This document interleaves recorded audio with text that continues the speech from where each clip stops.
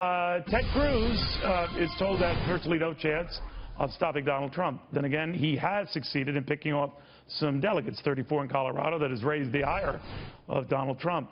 But what if I told you that sort of strategy of finding loose change under couch cushions could pay rich dividends? Some say 130 to 170 delegates more for him. Hard to tell to Larry Sabato on whether that is doable. Because if it is, Larry, I'm thinking that could be a race changer. What do you think?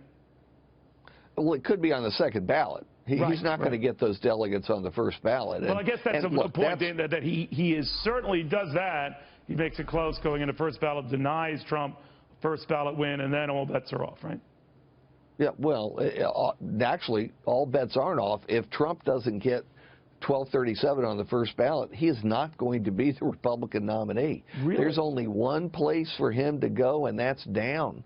And does look, that this typically happen estimate, then, Larry? I mean, historically, yeah, whoever leads on the first ballot is favored and somehow just misses it for whatever reason, doesn't get a chance to do it again?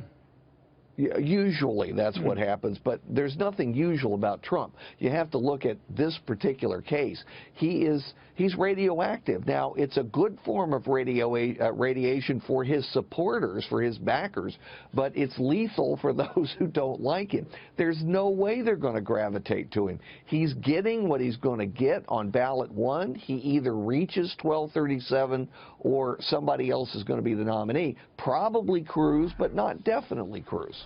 So how likely is it that, say, Cruz fails on its second ballot if we get to these machinations? Then we go to a third, and we go to a fourth. Then it becomes difficult for the existing candidates, the surviving ones, to cobble together a victory, right? Then it does behoove, despite what Paul Ryan is saying, an outside guy, right? Well, it's possible.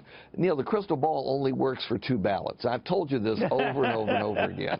And you keep pressing me about ballot 3 and ballot 4 and ballot 5. And I charge extra for that, Neil. Well, my prediction, we would have such a convention. It was a freebie, basic free cable for viewers. So I'm a giver. I'm not a taker. No kidding. Real quickly, no kidding. This idea of getting that many uncommitted delegates committed to the Cruz campaign by the time they get to Cleveland, that's a lot of delegates. Can he pull that off? I think he can. I think it's already happening. Look, whether you like or dislike Ted Cruz, give credit to his campaign. They saw this coming a long time before others did. They got to work on it earlier than anybody did. True. And they're already, and have been for weeks, at the individual delegate level. The other campaigns were trying to figure out whether it was going to happen. They knew it was going to happen. All right, Professor, always a pleasure. Thank you, sir.